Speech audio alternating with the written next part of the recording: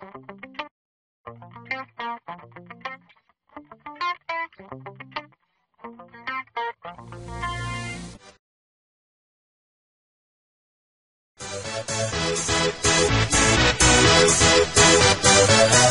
ready for this?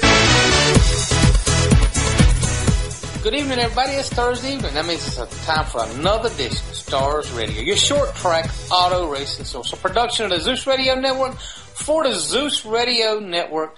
Mr. Gilder, buddy, we've had a lot of good news come out of this past week in the racing. I got to ask you a question, Jeff. All right. You know, you raced for a long time, and you won a lot of races and some championships along the way. Did you use traction control while you were doing that? No, sir. Like Tommy Buxton said, the only traction control I had was my right foot. But when I was racing, Jerry, I didn't know a lot about it. I'd heard about it, you know, and I'm sure there were probably people using it. There were probably people that were. But honestly, I never used it. Would I? Have I had access to it? Maybe, but I didn't. I understand exactly what you're saying. You know, there's been a lot of talk about it, a lot of myths, a lot of mysteries, a lot of facts about traction control. Well, one thing that they say about traction control today is that you're either running it or being outrun by it. Well, you know, Jeff, that's the way I kind of started my little press release talking about what we was going to talk about on the show tonight. And, folks, we are going to talk about this controversial traction control with Mr. Shannon Davis from Davis Technologies. So, folks, we're going to go ahead and take our first break for the evening. We come back from break. We're going to have Shannon on the line with us, and we're going to talk a little bit about traction control. And we're going to grill him a little bit, Jeff. We're going to throw some hard questions at him. See what kind of answers he throws out there. So, listen, folks. Just stand by. We're going to take a quick pit stop here, change some tires, throw a little gas in. We'll be right back. Stars Radio, your short track auto racing source. Welcome back. Stars Radio, your short track auto racing source. A production of the Zeus Radio Network for Racers Reunion Radio. Well, Jeff, you know, we talked a little bit about that, you know, that very controversial subject of traction control. You know, is there drivers out there running it? And, you know, we talked about it, Jeff. Either nowadays, you're either running it, you're probably getting outran by it. It's, you know, it's out there in about every form of racing that you can possibly be. You know, it's not just in circle track racing, folks. They're using it in drag racing. They're using it in tractor pulling, truck pulling. They're using it in road racing. They're using it in all different forms of racing. So we want to take an opportunity to bring Mr. Shannon Davis of Davis Technologies on here to explain a little bit about how this system works. Shannon, welcome to Stars Radio. Well, thank you for having me. Well, Shannon, before we get started and start talking a little bit on the technical aspect of how this stuff works, let's find out a little bit about Shannon Davis and how you got involved with traction control. I know you were doing a little bit of road racing, and that's what led you this direction. Yeah, I started out racing about 1989 as far as a professional team in the IMSA GTP series, which is like the Daytona prototypes. 24 Hours Daytona, that sort of thing. Did that for a couple years and then got involved in SCCA Trans Am. And after a couple years of that, come to realize that we were racing against something that we didn't have on some of these factory teams. And you pay attention, you know things. You have people who are on your teams that are on other teams now, and you hear things and you find things out. So we decided we had to come up with a traction control system. We looked around the market. Couldn't find anything that made us happy. The most popular system at the time was a deal that ran the rear brakes, and, you know, in road racing, that's just not going to work out. That was our opinion, so we got to look at how we could do it, and there was a little bit of skirting the rules. There was no rule against traction control, but we couldn't have wheel speed sensors. So I came up with the idea of monitoring the rate at which the engine accelerated, on the assumption that if the wheel slipped, you're going to have a spike in engine RPM. That turned out to be a pretty good idea, so we went and got a patent on that and started developing traction control. And about the time I got it really working well, I quit professionally racing. So you know, decided to sell it. Had a few buddies around that raced and let them try it. And, you know, it started out a friend of a friend sort of deals of, hey, I'll let them try it if they like it, you know, send me some money. And within a year, it just took off. And then the second year, it was really taking off, and then the beginning of the third year, which was like 99 or 2000, kind of cat was out of the bag, and we were on the cover of Speedway Illustrated. So they had apparently found one of our units on a racetrack at we'll just say one of the biggest races you'll watch on a Sunday afternoon on pavement, and that opened up a whole can of worms. So it's been booming ever since. Well, Shannon, you mentioned that it worked off of engine RPMs. Can you give us a little more details about how this works off the engine RPMs and what it does to control those? Well, on our typical circle track unit, we go off engine speed, and that way there's no external sensors. We get all of our information from the distributor signal, and through that same signal we can control the timing. So that's one of our little niche things that's kind of cool, is with a single wire connection that's temporary. All we have to do is touch the wire. We can read the speed, detect a spike in RPM, and within one cylinder react to it and pull timing out to cut the power. Driver, really doesn't even feel it. The new stuff we started doing in 2009, released in 2010, works every cylinder. It's extremely fast, extremely smooth. The older stuff worked every 1/10 of a second, a lot faster than the average driver or maybe any driver. But we did get the occasional feedback that, boy, I really like it, but I wish it wasn't jerky or surgy like it is. You can feel it kind of coming off the corner, hesitating. And, the obvious answer is, well, turn it down. Don't let it do so much. Well, then it doesn't work as good. So at the same time, we had just gotten pretty heavily involved in drag racing, and had come to realize that, the whole freaking race is over in 3 seconds. So 1/10 of a second is way too long. And we went back to the drawing board, and we really put our heads together here and come up with a way of doing it much quicker, where now we can react within one cylinder. So an example, at 6,000 RPM, there's 400 cylinders a second. And now we're reacting within one cylinder. So we're working 400 times faster per second than we used to. So the new stuff we got is really exciting and fast. It's by far the best stuff we've ever built. Unfortunately, the economy is not the best. There's an awful lot of people not racing, and those that are, may not have the extra money to spend on traction control. So word hadn't really got out yet how good this new stuff is. Well, this new system that you have out there, is it a system that's tunable inside the race car? Is this something that can be tuned outside the race car, like during the race? Can you give us a little bit of information about that? I don't want you to give all your secrets away, but can you give us a little bit of information about how it works as far as tuning and changing the traction control setup itself? Well, it's not necessarily cockpit tunable, largely because there's no need to typically. You get one of these things, you go out, hopefully you get a practice session or test session or something in.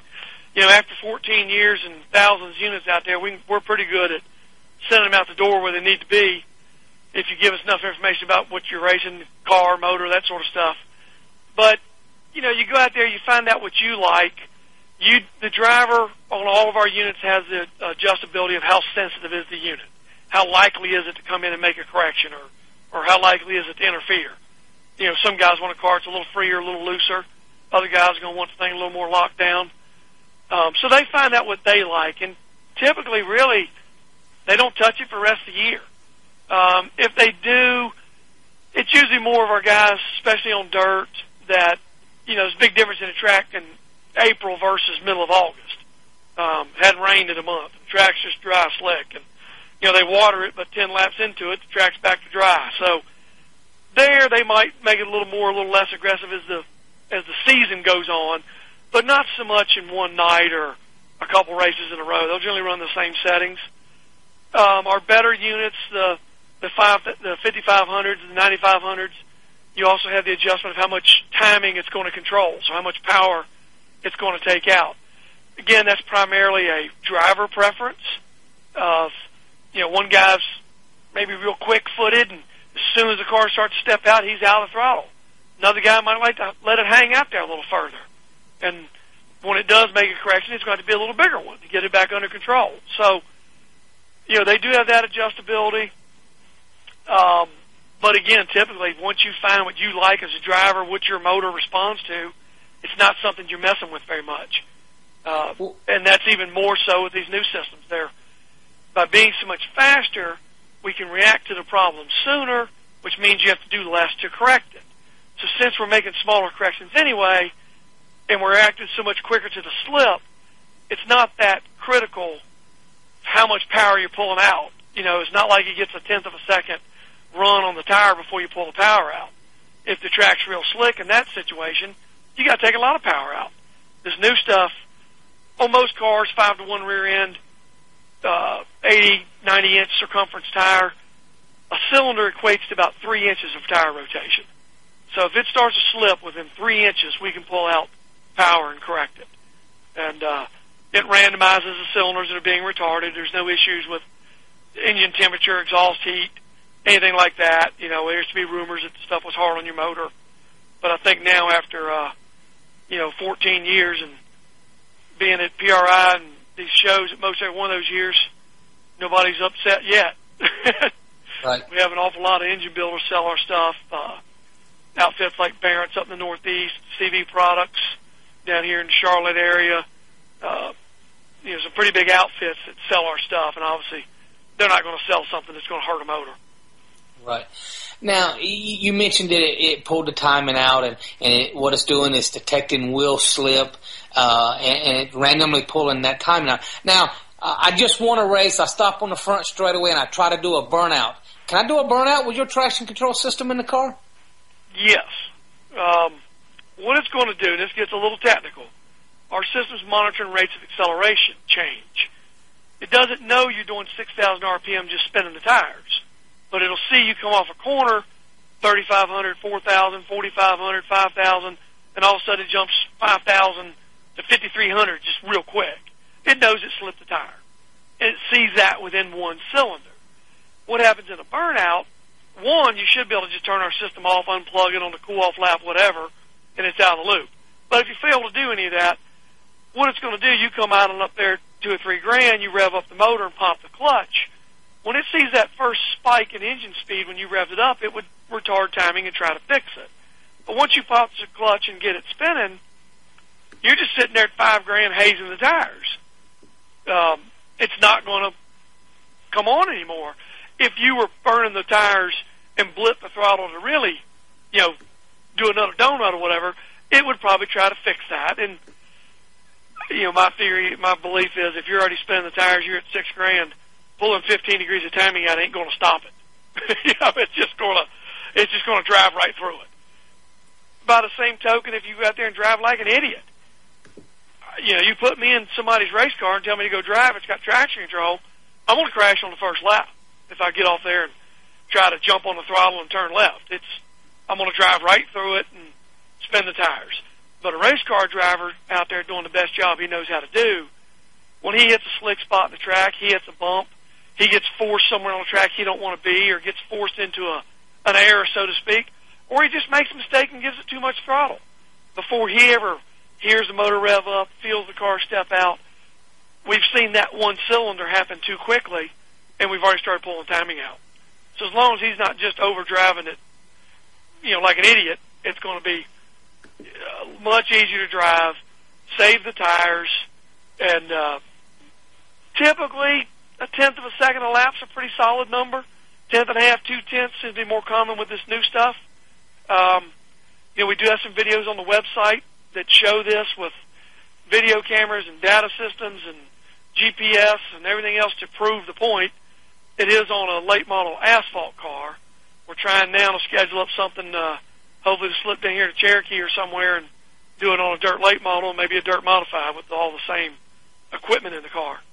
So, we understand it's a big decision to make, and it'd be easier to make if you can sit here and watch some videos of drivers using the stuff and showing improvement. Well, you mentioned some videos of some drivers that use this stuff. I noticed up at the Carolina Auto Racing Show this past weekend that you had a video of Scott Bloomquist talking about it. So does that mean that it is legal to run in some of the forms of series out there? I know NASCAR is definitely a big time no-no, but obviously there's series that you can run your traction control devices in. Well, first, let me make a major correction. That video of Bloomquist and I think Chubb Frank and several others, a bunch of dirt late model footage, was not our booth. That was actually the Roush Yates booth beside us. But their monitor was towering over top of our booth.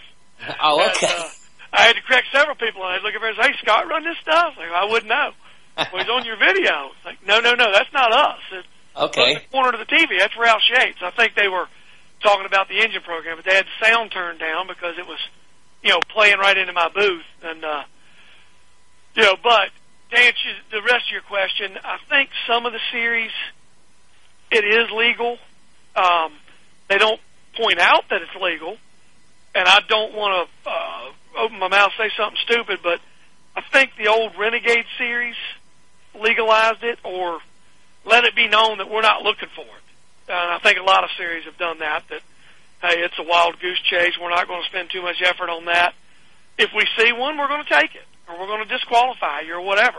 But and I think other series, they're just dead against it. They're on the hunt. They'd love to find somebody with it, make an example of them. Well, you mentioned that, a lot of these series weren't going to be looking for it. If they found it, they would take it. You're in the business of selling these, so obviously if someone gets theirs taken away from them, they're going to come back to you if they really like what was happening there with it. Have you had some of your devices confiscated in the past, Shannon? I don't know of any of them that's been confiscated. Well, there is one. I know of two people that have gotten in trouble with them. I don't know of anybody that's gotten what I would consider caught. Both that got in trouble were turned in by somebody that knew about it and then got disgruntled, an employee or friend or something. One was years and years ago at a big, I think it was a dirt late model race. The guy went out to a race that he really shouldn't have run that well. If I remember, he ran second at a major, 15, 20,000 to win show. I think I was told it was like 115 cars there. Guy gets caught with it. They confiscate it.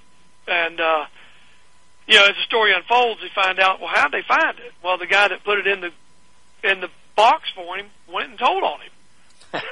So that was a little underhanded. And then last year at I think Berlin Speedway, there was an asphalt late model racer got caught with one. And same kind of deal from what I understand, that he was actually on another radio show. The driver told his story, and he confirmed everything I had heard, that he had it. They've been allowed to run it at Berlin for years. This year, 2011, they made it illegal again. Apparently, it was let it be known that it's illegal, but we're not going to look for it. So everybody kept running it. The other rumor I heard was it was Velcroed on the dash. What he said on the radio show, it wasn't particularly hidden. It was just Velcroed right there, kind of under the dash. As you look at the car, there it is. Before the race, they came to him and said, take it out of the car. He took it out of the car. And that was the end of the story. So I don't know of any that's ever been found and confiscated. There was the one that was found on the track in the big asphalt show on a Sunday afternoon. It was found hours later, apparently by the cleanup crew, and turned in. But if they ever found out where it came from, we never heard about it. We being the general public. I don't know if any of those drivers that have been suspended over traction control. They may have been dealt with, but we didn't hear about it. You mentioned, it was from a Sunday afternoon show. So what you're telling me is that it's very possible that your type of devices is being ran in all forms of series from the very top all the way down to the Saturday Night Racer. Oh, yeah. And I guess it's actually okay to talk about this Sunday show because it was in one of the big Circle Track magazines. They found it on the racetrack at Martinsville, at Bristol. And then NASCAR had a big press conference, drivers meeting at Martinsville to discuss what they had found and their intolerance of it and what would happen to the next guy they found with one. I don't know if they ever found out where that one came from, but, $6,500, I don't think a fan threw it out there on the track. I don't think the guy that finished 25th threw it out there. Probably one of the top 3 or 5 that had to go to Tech back in those days threw it out there. And I think it kind of blew up in their face because our phones blew up. I mean, it just once they confirm this stuff is being run at this level, and apparently doing well, did well enough I threw it out of the car. So, and the way that particular unit that was in the magazine was wired up, it didn't fall out. It was chucked out the window. And you can make assumptions of, well, who would be motivated enough to throw $6,500 out the window? Well, I had heard that same story there, Shannon, and I had heard which track it was, but if you weren't going to mention the track, I was not going to mention the racetrack there. I guess okay, it's in the magazines. No big secret. Right. But I like I say, again, if you weren't going to mention it, I definitely was not going to mention which track it was. You mentioned these things are expensive, but you do have some units that's a little less pricey for the guy that's, running down here at the Saturday night racetracks, so that they're not spending the $10,000 units. You do have units for the Saturday night racers, correct, Shannon? Yes, we do. I mean, we have units that start at, $19.95 through us. You call Barron's CV Products, you can get them for $18.95. Our TMS 750. Great little unit. Sell lots of them. They work great. They're the size of a pack of cigarettes. So they're not tiny, but they're not big. On up to our top of the line unit, 7,500, which is quite a bit of money. $74.95 technically. But I do hear these rumors. I had somebody come to the show and want to know if I actually made a unit that was $50,000. Like, no, we sure don't. And I think 7,500's enough. If you want to give us 10,000, we'll take it. Did he want one? Our most popular unit has always been what was the older TM5000. Now it's the TMS 5500. Those units are $64.95. It's always been the most popular unit because it's got all the features. It's fairly small, 2 by 2 by half inch, and it's $1,000 cheaper than the top end unit that is only smaller. They do exactly the same thing. The more expensive units are just smaller. Recently, with the economy, what it's been, our 750 series has been the most popular. You can get a 750 or a 750 SL. And the 750 SL is a self-learning stuff that's adjusting itself, as the race goes on. It does that, several times a second. It's completely automatic and works extremely well. But for a guy running 20, 30 laps or less, and the conditions are staying fairly consistent for the race, he'll be really happy with one of these $1,800 TMS 750s. Very nice unit, do a great job. If you started on a setting that was right for a slick track, and the track happened to get tighter or faster, then in theory that unit could hold you back. Or if you got to run it up on the cushion and just don't need it, and you're accelerating really hard off the corner, if that unit was set for a track you started on 40 laps ago that was just stupid slick, maybe it was slimy wet. As the track dried up and got more bite, that unit could theoretically hold you back. The self-learning units would adjust for that. But most guys tell me if you're in a 20-lap, 30-lap race, if it starts out crappy, it's going to stay that way. And you're not going to burn off enough fuel or enough tire in 20 laps to make a big difference.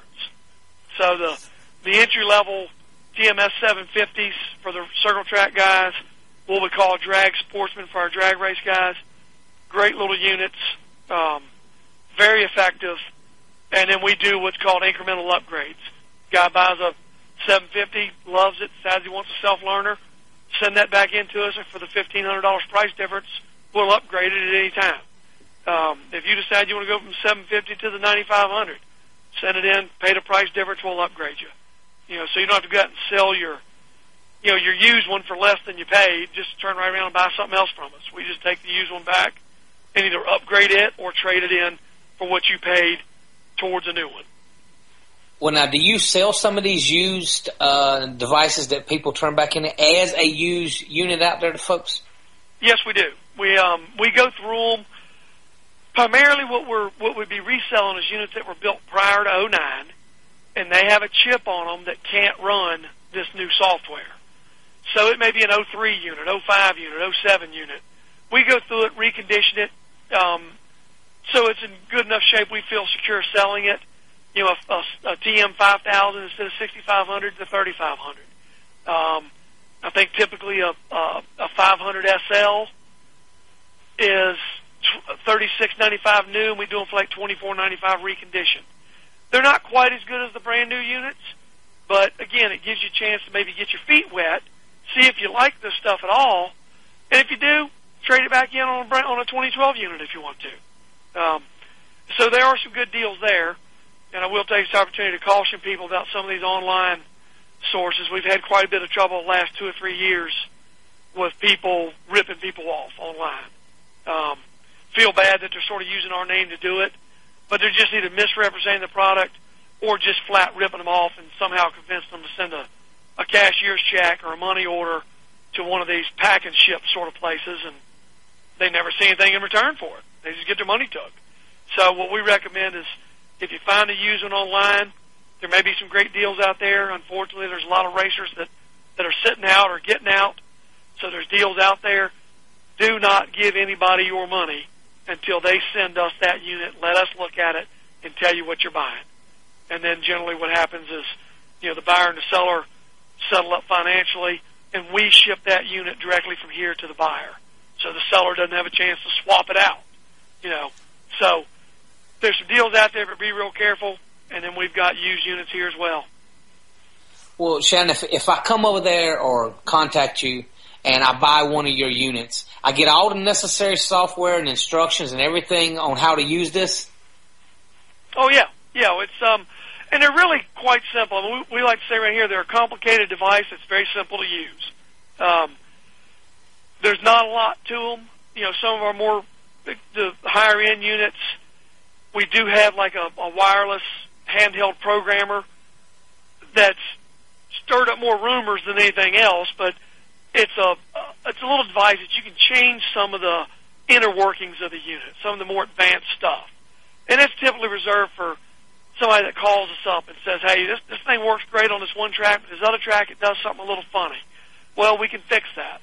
With these handheld programmers or some laptop software we've got, the user can make these changes instead of having to send it in to us.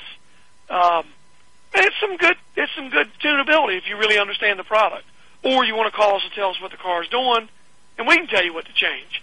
It just saves you having to send it to us, between a really, really short paperclip style track and maybe more of what a lot of people refer to as a bull ring, more of a round track where you're not slowing that down that much in the corners. We do get into some advanced settings there, but they're really simple to use. For the most part, a driver's going to adjust that sensitivity, or if you've got one of the higher-end units, adjust the sensitivity and the amount of power reduction. And like I said, once he finds he likes, they generally don't touch it. It takes a pretty significant change in track configuration for you to want to make any adjustments. Well, Shannon, my next question for you is, I go to the racetrack and I feel I'm getting beat by one of your units. There's a myth and rumor out there that I can go buy me a fish finder and go stand in the corner and tell whether the car that I suspect's running that Davis Technologies traction control unit. So is there any truth to that? I can use a fish finder to find this? Not that I could ever imagine. I've heard that the fish finders can find it, that the fish finders will jam it. So the kind of the redneck / common sense response is, then where's all these confiscated units that were found or defeated with these fish finders? Where's all these cars that shut off because the fish finders shut down the traction? I mean, I've heard it all. As far as jamming it, I mean, it's just another electronic device. It's not transmitting any sort of a radio wave. So if you can find a way to wirelessly radio wave a signal into that car and jam this traction control so it doesn't work without killing the guy that's got the pacemaker, then you need to call somebody like the LAPD or FBI, because you've got a device there they'd love to have to shut down these high-speed chases. I think all that's rumor, and I think the most obvious answer is if there's an easy way to detect it, then where's all these busted drivers at? So I can't put a microwave oven in the corner and do that either. Please don't. I've actually heard that story once. A guy called us up bragging that they could tell who had it because they put, I think he said he had 2 commercial-grade microwave ovens with the doors off of them, and he would plug them up in the corners, and the cars that had traction control would start to miss. And I informed him that probably wasn't the best thing for his health. And he said in a dead serious voice, "Well, I'm not effing stupid. I've got it on a 100-foot extension cord." We advised again that was probably not only unintelligent, it was probably illegal to broadcast those microwaves like that. And the local cell phone company may have the answer why the cell phones quit working between 8 and 11 on Sunday night, Saturday night. So I don't know of anything like that that's going to be effective. And again, if it is, where's all the people that it shut down or called or found? You know. Well, Shannon, we've talked a lot about the traction control unit tonight. Now, I've been running back here 18, 19 place for about the last 5 years. I buy one of your units, and I'm going to start winning a whole bunch of races, correct? Probably not. Not if you're running 18, 19th. I'd have to ask you, what would a tenth of a second do for you? Does that move you up in the top 10? Then that's probably what we'll do for you, get you in the top 10. What I have seen happen is once you move from 18th, 19th, 20th, and you find yourself running top 10, maybe top 5, then one, you're running with a little bit better crowd of drivers and a little bit better crowd of equipment. So you're probably not as likely to get taken out on lap 1, turn 2, as you were running in the back. You're probably going to learn a little more as a driver, following a bunch of drivers that are top 10 drivers. Your crew will probably put a little more work into getting the car ready because they're not just going to watch you qualify 20th, run 20th, and come back with all the corners beat off of it.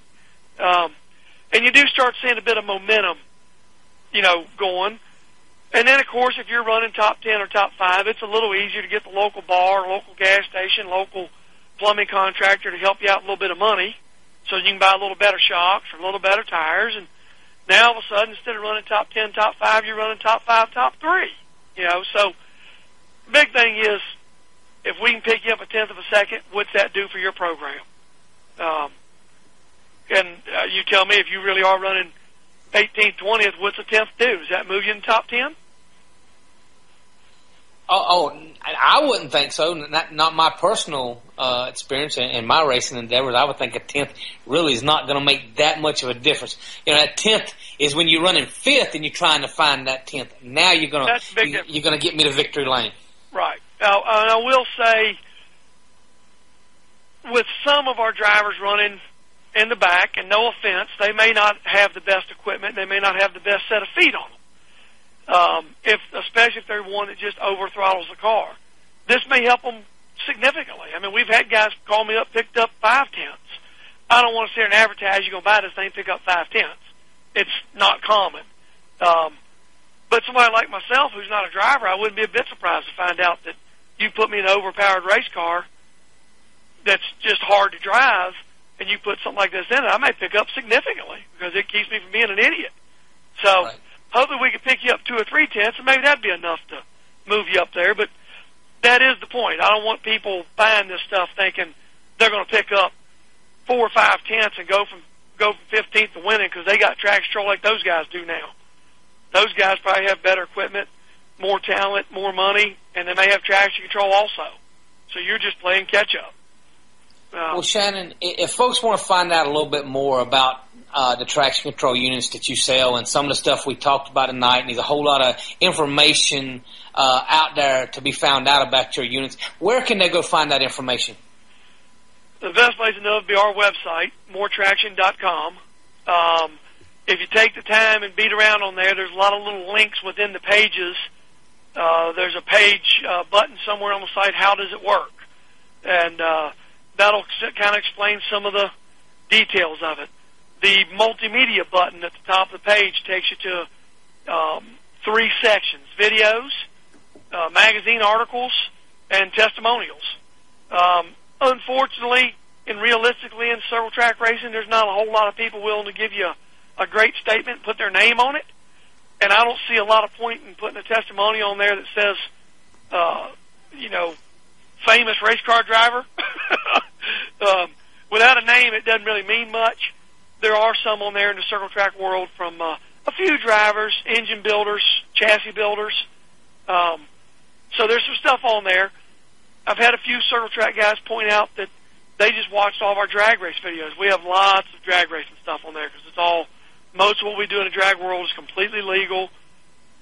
You know, we go to the American Drag Racing League, another cool series to check out. It's ADRL.us, American Drag Racing League.us.